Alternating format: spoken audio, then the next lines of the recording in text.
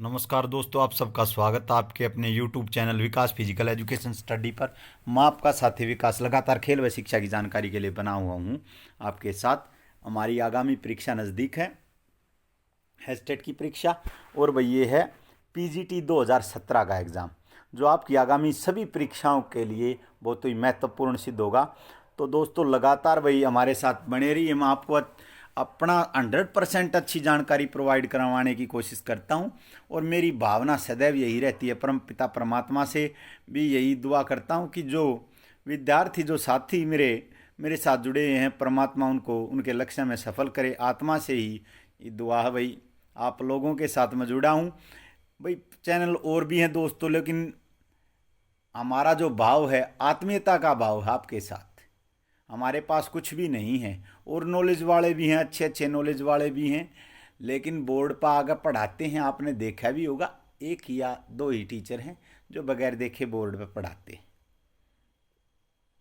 तो दोस्तों चलिए शुरू करते हैं भाई। आज की यह जो आज का ये पेपर है 2017 का PGT का। तो चलिए, भारतीय विद्यालय खेल परिषद का गठन, school game federation of India SGFI का गठन कब हुआ?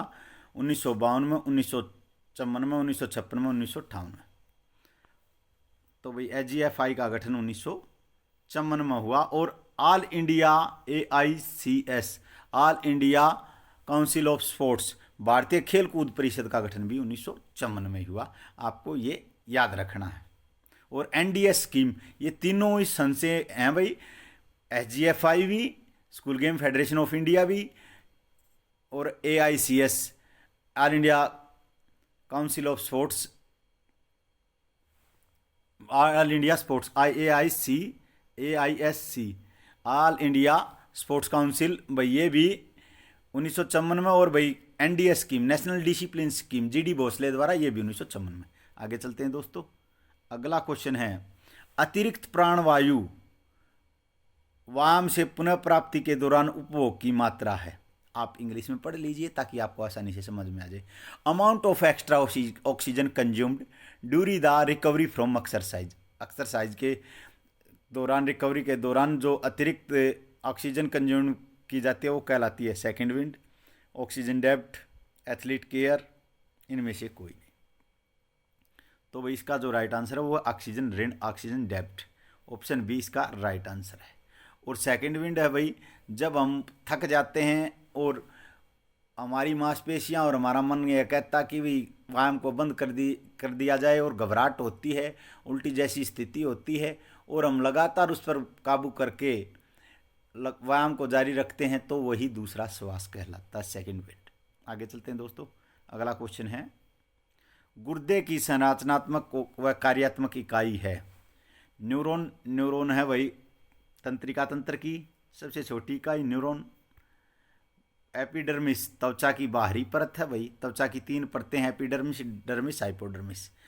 Mitochondria, power house of cell, और वही श्वसन में महत्वपूर्ण भूमिका निभाता है। और गुर्दे की संरचनात्मक और कार्यात्मक इकाई नेफ्रॉन, ऑप्शन बी इसका राइट आंसर है। गुर्दे का अध्ययन नेफ्रोलॉजी कहलाता है। कोर्टेक्स मेडुला इसके भाग हैं भाई।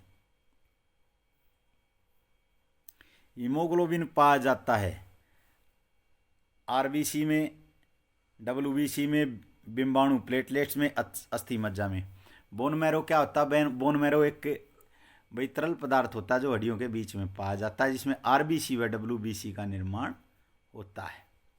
और प्लेटलेट्स, प्लेटलेट्स रक्त का थक्का जमाने में सहायता करती हैं और खून के दबाव को रोकती हैं। और श्वेत रक्त कणिकाएं, श्वेत रक्त कणिकाएं भाई ये संक्रमण के विरुद्ध कार्य करती हैं, बैक्टीरियल व अन्य इन्फेक्शन के विरुद्ध कार्य करती हैं। और RBC का कार्य है भाई ऑक्सीजन ढोना, और हीमोग्लोबिन इन्हीं में पाया जाता है। ये इसका ऑप्शन ए राइट आंसर है। आगे चलते हैं दोस्तों। अगला क्वेश्चन है, वह अवस्था जिसमें व्यक्ति शारीरिक व मानसिक रूप से स्वस्थ हो और बीमारियों से दूर हो कहलाती है भाई जीवन शैली, लाइफ स्टाइल नहीं, शारीरिक क्षमता, फिजिकल फिटनेस नहीं, स्वस्थता, वेलनेस। ये ऑप्शन सी इसका राइट आंसर है। ये एग्ज़ाम वही ज़्यादातर 9th से लेकर जो 12th तक की जो हमारी हरियाणा बोर्ड की बुक है उनसे लिए गया। नेताजी सुभाष चंद्र खेल संस्थान NSNIS की स्थापना हुई 1957, 1961, 1962, 1964। तो NSNIS की स्थापना 1961 में KL श्रीमाली के प्रयासों द्वारा, KL श्रीमाली के प्रयासों द्वारा हुई। पटियाला में यह संस्थान है। 1964 में टोक्यो में ओलंपिक हुए और भाई 1962 में एशियन गेम्स हुए जाकार्ता में। विश्व डोपिंग विरोधी संस्था वाडा की स्थापना कब हुई? 1996, 1997, 1998, 1999। वाडा की फुल फॉर्म है वही वर्ल्ड एंटी डोपिंग एजेंसी। इसकी स्थापना हुई 1999 में।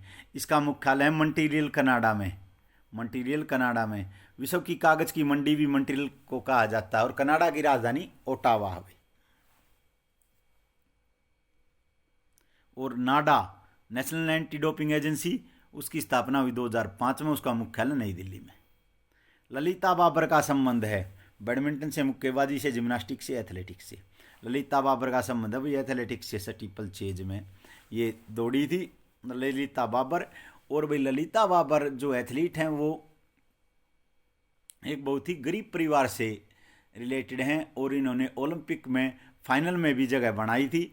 और ललिता बाबर से आप सीख ले सकते हैं कि भी कितनी कठोर परिस्थितियों में इन्होंने अपना मनोबल नहीं तोड़ा और इतनी ज़्यादा मेहनत करके यहाँ तक पहुँची। आगे चलते हैं दोस्तों। स्पीड प्ले का संबंध है परिधि प्रशिक्षण से, नियंत्रण प्रशिक्षण से, अंतराल प्रशिक्षण से, फाटलेक। भाई ये मेरा 2014 में गलत हुआ था, हमेशा ये प्रश्न आते ही मुझे वही याद आ जाता है। तो इसका जो राइट आंसर है स्पीड प्ले का संबंध है फाटलेक प्रशिक्षण से। फाटलेक स्वीडिश भाषा का शब्द है। फाटलेक प्रशिक्षण विधि स्वीडन में ईजाद की गई। गोस्टा आलमोर ने इसे ईजाद किया और आस्टार्ड ने इसे विकसित किया। अंतराल प्रशिक्षण विधि अबे बिकला ने। और भाई नियंत्रण प्रशिक्षण विधि वैन क्रेस्ट ओकेवन ने। और परिधि प्रशिक्षण विधि एडमसन तथा मॉर्गन ने 1957 में। लेकिन अब नेट पे मिलता है 1953, लेकिन पुरानी बुक्स में सभी में 1957 मिलेगा आपको। आगे चलते हैं दोस्तों।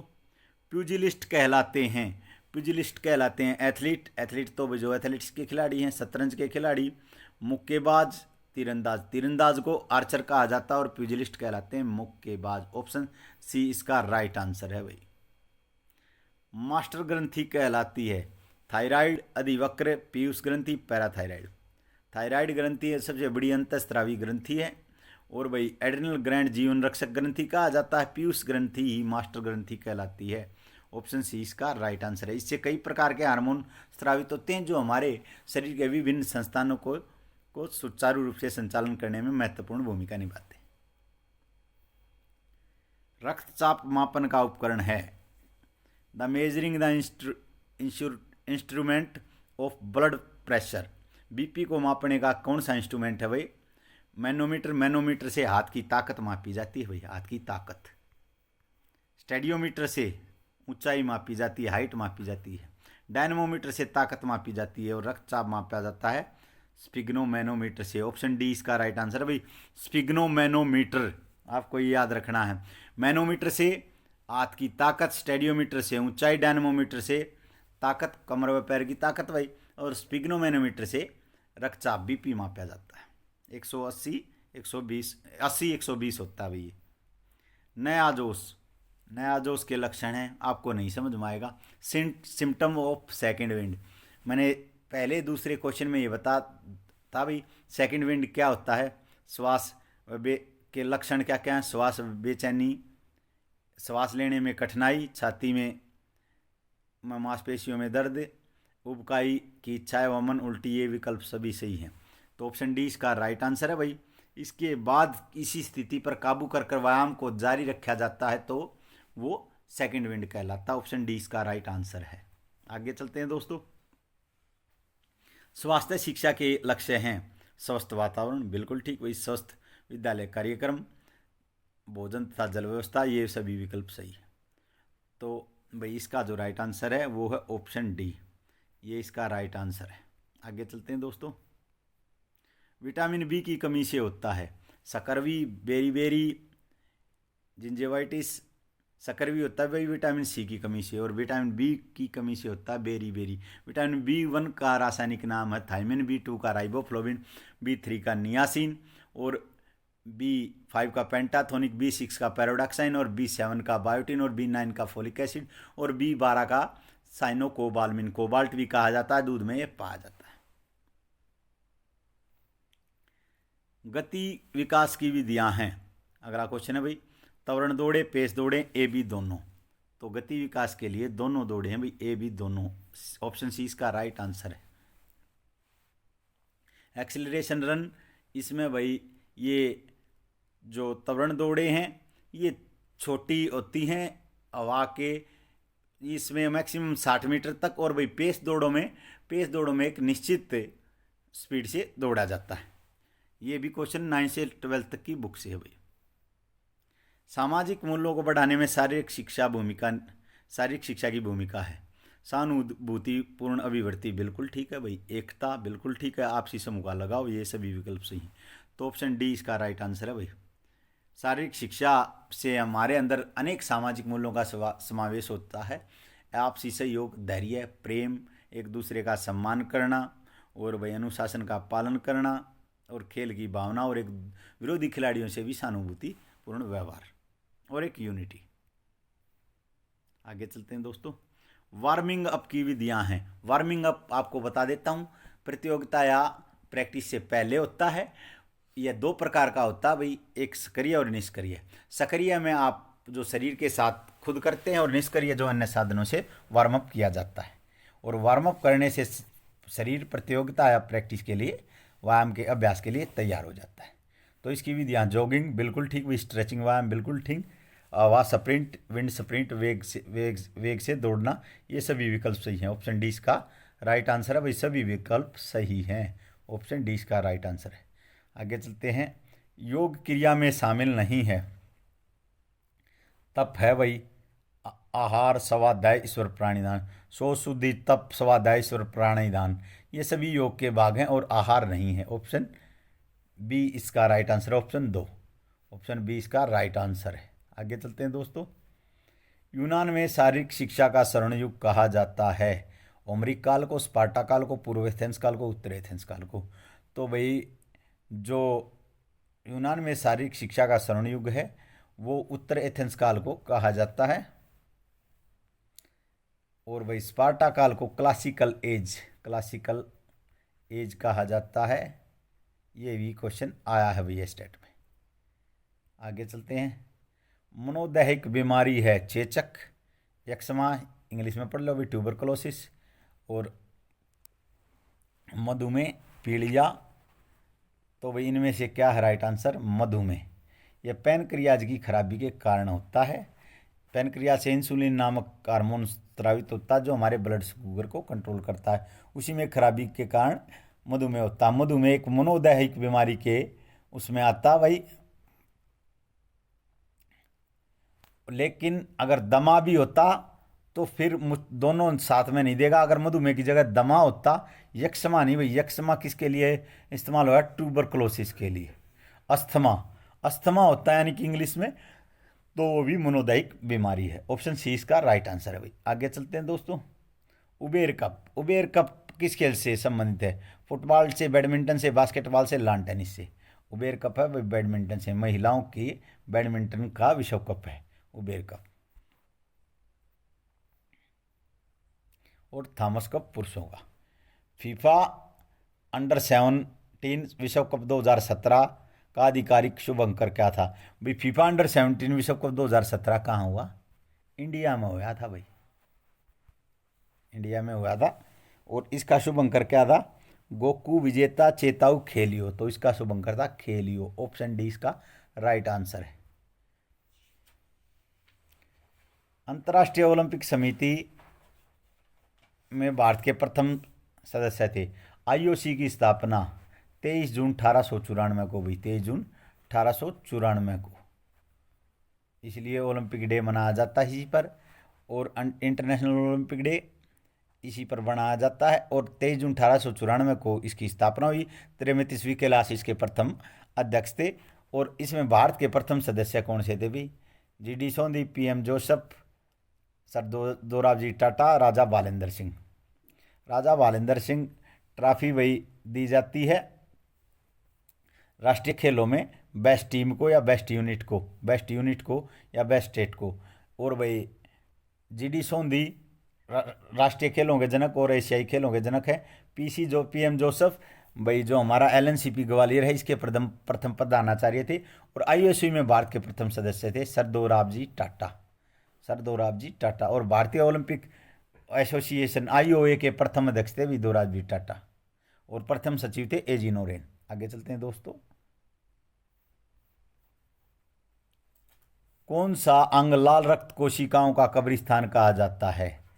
कौन सा आरबीसी का कब्र ग्रह किसे कहा जाता है? यकृत, लीवर को नहीं भाई, अग्नाशय को नहीं, तिल्ली का को कहते हैं भाई सप्लीन या प्लीहा। हिंदी में प्लीहा भी कहते हैं, तिल्ली भी कहते हैं और सप्लीन। तो इसका राइट आंसर है भाई तिल्ली, सप्लीन, प्लीहा। इंग्लिश में देख लिया करो भाई। ऑप्शन सी इसका राइट आंसर है। आगे चलते हैं दोस्तों। तेज गेंदबाजों में रोटेटर कफ चोट लगती है कंधे में, कोहनी में, नितंब में, घुटने में। तो भाई रोटेटर कफ चोट कहाँ लगती है? भाई कोहनी में भी दिखा रहा है, कई जगह कंधे में दिखा रहा है, लेकिन ये चोट लगती है कंधे में भाई। और यह सबसे पहले जो तेज गेंदबाज होते हैं वो कंधे का ज़्यादा इस्तेमाल करते हैं और इसलिए यह इंजरी कंधे में होती है। भाई बुक्स में कुछ गलतियां हम भी पढ़ लेते हैं, किताबें थोड़ा बहुत एक आध जो मिस्टेक है किताबों में आप उसको दूर करने की कोशिश किया करो, विवाद मत किया करो। फुटबॉल का प्रसिद्ध खिलाड़ी लियोनेल मेसी किस देश से संबंध रखते हैं? भाई लियोनेल मेसी भाई ये बताया जाता है एक मैच में 26 किलोमीटर ये दौड़ते हैं। ब्राज़ील से, फ्रांस से, अर्जेंटीना से, स्पेन से इनका संबंध है भाई अर्जेंटीना से, लियोनेल मेसी का। और भाई जो डियागो मैराडोना जिनका अब कुछ दिनों पहले निधन हुआ था, वो भी अर्जेंटीना के खिलाड़ी थे और अर्जेंटीना को विश्व कप विजेता बनाने में उन्होंने महत्वपूर्ण भूमिका निभाई और सदी के महान फुटबॉलर, सर्वश्रेष्ठ महान फुटबॉलर का संयुक्त रूप से पेले के साथ उन्होंने अवार्ड जीता था।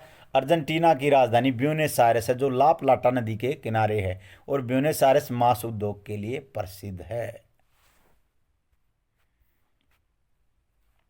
महर्षि पतंजलि के अनुसार प्राणायामों की संख्या है 4, 6, 8, 12। तो महर्षि पतंजलि के अनुसार प्राणायामों की संख्या है 4 भाई। प्राणायाम का अर्थ है, प्राण का अर्थ है श्वास, आयाम का अर्थ है श्वास पर, आयाम का अर्थ है नियंत्रण। श्वास पर नियंत्रण ही प्राणायाम कहलाता है। महर्षि पतंजलि जो भाई योग के जनक माने जाते हैं, वे इस पुष्यमित्र शुंग के दरबार में थे और उन्होंने योग सूत्र की रचना की और अष्टांग योग को बता यम, नियमासन, प्राणायाम, प्रत्याहार, धारणा, ध्यान, समाधि। आगे चलते हैं दोस्तों। थ्रोम्बोसाइट क्या है? थ्रोम्बोसाइट है एरिथ्रोसाइट, ल्यूकोसाइट, ब्लड प्लेटलेट्स, इनमें से कोई नहीं। थ्रोम्बोसाइट है भाई ब्लड प्लेटलेट्स। यह रक्त का थक्का जमने में महत्वपूर्ण भूमिका निभाती है। आगे चलते हैं दोस्तों। किशोरावस्था की समस्याएं हैं। एडोलेसेंस किशोरावस्था होती है भाई 12 से 18 या 19 तक। और स्टेलने हालने किशोरावस्था को संघर्ष, तूफान, तनाव की अवस्था कहा। किसने? स्टेलने हालने। बहुत बार आया भाई एस्टेट में क्वेश्चन और भी एग्जाम में यह आया है। फिजिकल में भी आ सकता है और आपकी जो साइकोलॉजी है उसमें भी आ सकता है। तो किशोरावस्था की समस्याएं शारीरिक समस्याएं होती हैं भाई बिल्कुल, मानसिक समस्याएं बिल्कुल, आक्रामक व्यवहार, ये सभी विकल्प सही हैं। तो ऑप्शन डी इसका राइट आंसर है। आगे चलते हैं दोस्तों। स्वास्थ्य को प्रभावित करने वाले कारक हैं वंशानुक्रम, परिवार, वातावरण, ये सभी विकल्प सही हैं। बिल्कुल ठीक है भाई, वंशानुक्रमण भी करेगा भाई, परिवार भी और वातावरण भी। ये ऑप्शन डी इसका राइट आंसर है। आगे चलते हैं दोस्तों। मानव शरीर की सबसे छोटी हड्डी है स्टेपिस पटेला इलियस प्यूबियस। पटेला घुटने की हड्डी है और वही स्टेपिस कान की हड्डी है जो शरीर की सबसे छोटी हड्डी होती है। और कान में 3 हड्डियां होती हैं, एक कान में। ऑप्शन ए इसका राइट आंसर है। आगे चलते हैं दोस्तों। स्वस्थता वेलनेस जो है यह गुणवत्तापूर्वक जीवन यापन करने में सहायक होता है, दूसरों के साथ सहयोग बढ़ाने में सहायक होता है, व्यक्ति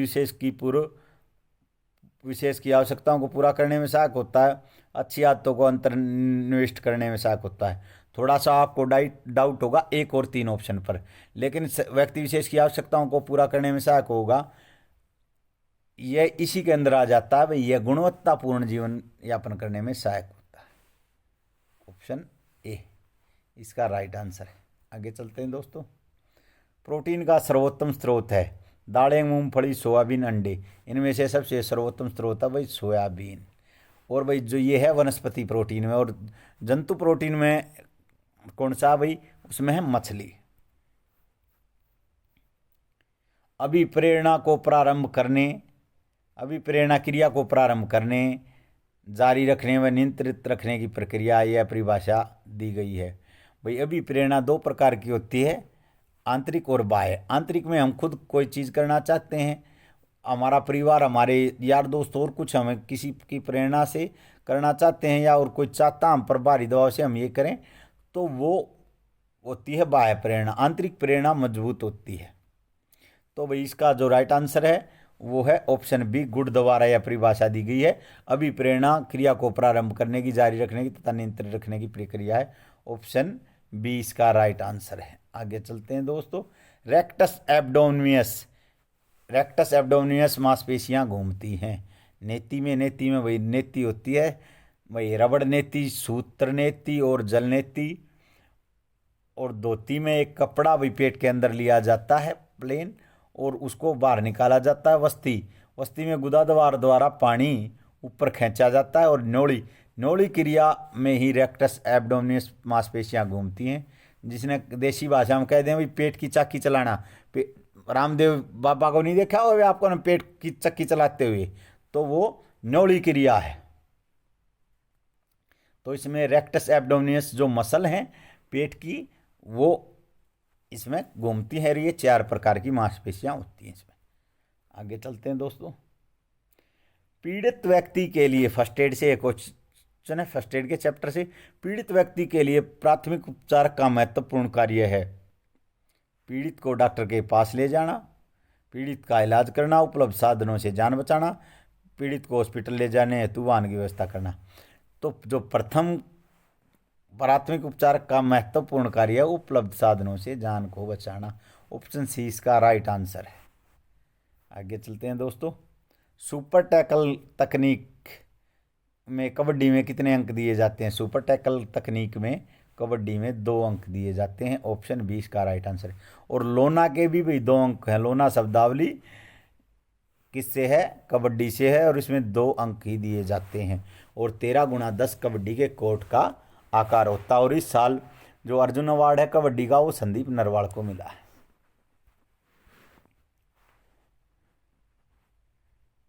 डायनमोमीटर से मापन होता है भाई, डायनमोमीटर से मापन होता है गति का, शक्ति का, सहनशीलता का, लचीलेपन का। तो भाई डायनमोमीटर से मापन होता है शक्ति का। पैर व कमर की ताकत इससे मापी जाती है भाई। ये थोड़ा सा ये जो डायनमोमीटर है, डायनमोमीटर शक्ति से भी आ सकता है, और भाई हाथ पैर, कमर व पैर की ताकत से भी। और मैनोमीटर द्वारा हाथ की पकड़ मापी जाती है। आगे चलते हैं दोस्तों। अंतर्राष्ट्रीय प्रशिक्षक बिकिला ने किससे अवगत कराया था भाई? आपको बता चुका हूं मैं इसी में पहले ये आंसर। निरंतर प्रशिक्षण विधि से किसने अवगत करा भाई? वैन क्रेस्ट ओकेवन ने। वैन क्रेस्ट ओकेवन ने। परिधि प्रशिक्षण से एडमसन तथा मॉर्गन ने। एडमसन तथा मॉर्गन ने 1953 में। और भाई फार्टलेक से करवा, फार्टलेक स्वीडिश भाषा का शब्द है, स्पीड प्ले भी कहा जाता है इससे। फार्टलेक से गोस्टा आलमोर ने।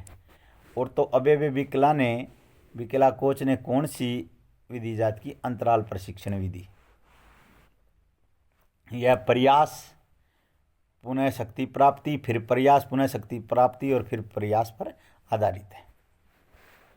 अगला क्वेश्चन है भाई, प्रतिवर्त क्रियाएं होती हैं reflex activity are controlled by. भाई रिफ्लेक्स एक्टिविटी किसके द्वारा कंट्रोल होती है? निषेतु द्वारा, पोन्स द्वारा। देखो भाई हिंदी में पढ़ोगे आपको समझ में नहीं आएंगे। निषेतु अनुमस्तिष्क, प्रमस्तिष्क और मेरुदंड। Pons cerebellum, cerebrum, spinal cord. तो प्रतिवर्त क्रियाएं किसके द्वारा नियंत्रित थी? स्पाइनल कॉर्ड के द्वारा। ऑप्शन डी इसका राइट आंसर है। आगे चलते हैं दोस्तों। वजन, आधार व बल के बीच में, तो भाई वजन, आधार व बल के बीच में तो यह कौन से प्रकार का उत्तोलक होगा? प्रथम श्रेणी का, द्वितीय श्रेणी का, तृतीय श्रेणी का, इनमें से कोई नहीं। तो भाई अगर आधार बीच में है तो प्रथम श्रेणी का, अगर वजन बीच में है तो द्वितीय श्रेणी का, और भार बीच और ताकत बीच में है, यानी कि बल या प्रयास या फोर्स बीच में है तो वो तृतीय श्रेणी का। तो इसमें कौन सा बना भाई? वजन बीच में है, द्वितीय श्रेणी का। ऑप्शन बी इसका राइट आंसर है। आगे चलते हैं दोस्तों। खेल प्रशिक्षण का उद्देश्य है शारीरिक क्षमता में सुधार, तकनीकी कला में सुधार, सामरिक कला में सुधार, खेल प्रदर्शन में सुधार। ऊपरले सभी तो हैं, लेकिन भाई जो खेल प्रशिक्षण का मेन उद्देश्य है खेल प्रदर्शन में सुधार। ऑप्शन डी इसका राइट आंसर है। आगे चलते हैं दोस्तों। अष्टांग योग के अंतिम 4 चरण हैं, ये भी बता चुका हूँ। ऑप्शन ए भाई प्रत्याहार, धारणा, ध्यान, समाधि। प्रत्याहार मध्य चरण है, ये अंदरूनी चरण है, और पहले 4 चरण हैं जो भाई यम, नियम, आसन, प्राणायाम, ये प्रथम चरण है, और उसके बाद है भाई प्रत्याहार, धारणा, ध्यान, समाधि। ऑप्शन ए इसका राइट आंसर है। अष्टांग योग के जनक कौन थे भाई? महर्षि पतंजलि। चित्तवृत्तियों का विरोध ही योग है भाई, ये किसने कहा? महर्षि पतंजलि ने योग सूत्र की रचना की, पुष्यमित्र शुंग के दरबार में थी। शरीर के अंगों को अवरोही क्रम में लगाएं, घटते क्रम में। कोशिका, कोशिका तो सबसे छोटी इकाई होगी, उसके बाद उत्तक है भाई अंग और संस्थान। तो भाई पहले पे आ गया संस्थान, दूसरे पे आ गया अंग, और तीसरे पे आ गया उत्तक, और पहले पे आ गया कोशिका। उल्टे वापस 4 3 2 1। ऑप्शन ए इसका राइट आंसर है। अगर जो बढ़ते क्रम में होते तो कोशिका, उत्तक, अंग, संस्थान होता, और घटते क्रम में संस्थान, संस्थान के अंदर होंगे अंग, अंगों के अंदर होंगे उत्तक यानी कि टिश्यू, और टिश्यू के अंदर होंगे सेल। कोशिकाओं का अध्ययन साइटोलॉजी कहलाता है, और ऊतकों का अध्ययन हिस्टियोलॉजी कहलाता है। सफल खिलाड़ी निर्भर है जैविकीय तत्व पर, दमखम पर, प्रशिक्षण पर, इन्हीं सभी पर। बिल्कुल ठीक है भाई। जेनेटिक फैक्टर भी काम करेगा, फिटनेस भी और कोचिंग भी, ये सभी। ऑप्शन डी इसका राइट आंसर है। आगे चलते हैं दोस्तों। इंसुलिन का स्त्राव होता है, इसका भी उत्तर मैं पहले ही बता चुका हूँ। यकृत से, प्यूटिटरी से, अग्नाशय से, थायराइड से। प्यूटिटरी से तो भाई कई प्रकार के हार्मोन स्त्रावित होते हैं, और थायराइड से थायरोक्सिन हार्मोन स्त्रावित होता है, और यकृत से, लीवर से बाइल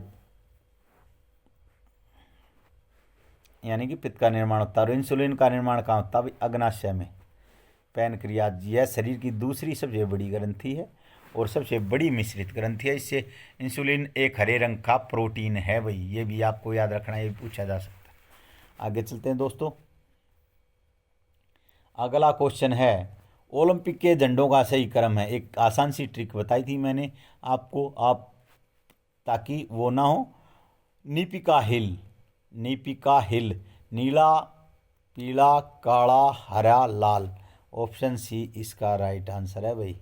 नीपिका हिल में क्या बना? नीला, पीला, काला, हरा, लाल। Option C. नीला यूरोप को प्रदर्शित करता है, यूरोप का प्रतिनिधित्व करता है, पीला एशिया का, काला अफ्रीका का, हरा ऑस्ट्रेलिया का, और लाल अमेरिका का। आगे चलते हैं दोस्तों। विद्यालय स्वास्थ्य कार्यक्रम के संबंध में का संबंध निम्न में से किससे नहीं है? चलो भाई ये क्वेश्चन, इसका जवाब आपको कमेंट्स में देना है। स्वास्थ्य का रिकॉर्ड रखना, स्वास्थ्य शिक्षा, बीमारी की रोकथाम, स्वास्थ्य निरीक्षण। यह भी दीपक की जो हमारी बुक है उसी से लिया गया। विद्यालय स्वास्थ्य कार्यक्रम का संबंध निम्न में से किससे नहीं है? स्वास्थ्य का रिकॉर्ड रखना, स्वास्थ्य शिक्षा, स्वास्थ्य निरीक्षण और बीमारी की रोकथाम। तो भाई आपको बताना है इसका राइट आंसर कमेंट में। आगे चलते हैं दोस्तों। एक दो क्वेश्चन मैं डालता हूं, आप लेकिन कमेंट नहीं करते भाई, इतना अच्छा रिप्लाई नहीं करते। आप ज़्यादा से ज़्यादा आंसर दिया करो। एक या दो क्वेश्चन में हर एक वीडियो में डालता हूँ। रिले में एंकर रनर होता है प्रथम धावक, द्वितीय धावक, तृतीय धावक, चतुर्थ धावक। First runner, second runner, third runner, fourth runner. तो एंकर रनर होता है भाई फोर्थ रनर, जो फिनिश करता है। आगे चलते हैं दोस्तों। जूडो में शोरमेड का अर्थ होता है बाउट शुरू करने हेतु, बाउट रोकने हेतु, बाउट पुनः प्रारंभ करने हेतु। इनमें से कोई नहीं। तो भाई बाउट रोकने हेतु शोरमेड का प्रयोग होता है। ऑप्शन बी इसका राइट आंसर है। कई जगह कई बुक्स में दिया गया भी शोरमेड बराबर पर छूटना। कालक्रम के अनुसार कालक्रम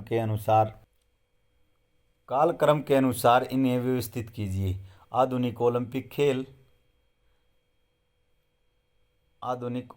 खेल, एशियाई खेल, राष्ट्रमंडल खेल, सैफ खेल। आधुनिक ओलंपिक खेल कब हुए भाई? 1896 में। एशियन गेम्स फर्स्ट हुए 1951 में। और भाई राष्ट्रमंडल खेल कब हुए? 1930 में, हैमिल्टन कनाडा में। सैफ गेम कब हुए? 1984 में। प्रथम आधुनिक खेल ओलंपिक खेल 6 अप्रैल 1896 को यूनान में एथेंस में हुए भाई। प्रथम एशियाई खेल 1951 में दिल्ली में हुए भाई। राष्ट्रमंडल खेल पहले 1930 में हैमिल्टन कनाडा में हुई। और सैफ गेम 1984 में काठमांडू में हुई। तो कालक्रम के अनुसार सबसे पहले आएगा भाई, पहले नंबर पाएगा 1, दूसरे पे आएगा 3, तीसरे पे आएगा 2 और चौथे पे आएगा 4। तो ऑप्शन डी में ही, ऑप्शन डी इसका राइट आंसर हो गया भाई। फाटलेख प्रशिक्षण से बढ़ता है ताकत, सहनशीलता, लचीलापन, फुर्तीलापन। तो भाई फाटलेख से क्या बढ़ता है? सहनशीलता, इंडोरेंस। ऑप्शन सी इसका राइट आंसर है। शारीरिक दक्षता क्षमता है मूलभूत कौशल को मापने की, दैनिक कार्य करने की, और भाई समूह का वर्गीकरण करने की। इनमें से कोई नहीं। तो भाई शारीरिक दक्षता यानी फिजिकल फिटनेस है मूलभूत कौशल को मापने की, major fundamental skill. Option A इसका राइट आंसर है। आगे चलते हैं दोस्तों। लिवरिंग डाउन करते हैं खेल से पहले, खेल के बाद, खेल के बीच में। इनमें से कोई नहीं। तो भाई प्रतियोगिता से पहले या खेल से पहले होता है वार्मिंग अप, और प्रतियोगिता व खेल के बाद लिवरिंग डाउन। ऑप्शन बी इसका राइट आंसर है। भाई लिवरिंग डाउन भी उतना ही ज़रूरी है जितना मास वार्मिंग अप है। ये दोनों आपको चोटों से बचाते हैं। वार्मिंग अप से आपकी जो मसल हैं वे प्रतियोगिता व खेल के लिए तैयार हो जाती हैं। और भाई प्रतियोगिता, खेल या ट्रेनिंग में जो हमारी मसलों में स्टिफनेस आती है, और लिवरिंग डाउन से हमारी वो स्टिफनेस दूर होती है और हमारा चोट लगने की संभावना कम हो जाती है। आगे चलते हैं दोस्तों। एपिकोंडिलाइटिस नामक खेल सती का संबंध है एडी से, घुटने से, कंधे से, कोहनी से। तो भाई एपिकोंडिलाइटिस भाई ये मेरुरज्जु को भी प्रभावित करती है, और कोहनी से इसका संबंध है। ऑप्शन डी इसका राइट आंसर है। डबल ट्रैप का संबंध है शूटिंग से, कबड्डी से, खो खो से, बास्केटबॉल से। डबल ट्रैप का संबंध भाई शूटिंग से है। हमारे मेजर राज्यवर्धन सिंह राठौड़ ने 2004 एथेंस ओलंपिक में इस स्पर्धा में रजत पदक जीता था। आगे चलते हैं दोस्तों। संप्रत्यय कौशल शटल रन परीक्षण का मापन है विस्फोटक गति का, गति सहनशीलता का, फुर्तीलेपन का, गति का। शटल रन किसका मापन है भाई? फुर्तीलेपन का, एजिलिटी का। ऑप्शन सी इसका राइट आंसर है। आगे चलते हैं दोस्तों। शारीरिक शिक्षा की शिक्षण विधियां हैं प्रदर्शन विधि, आदेश विधि, अनुकरण विधि।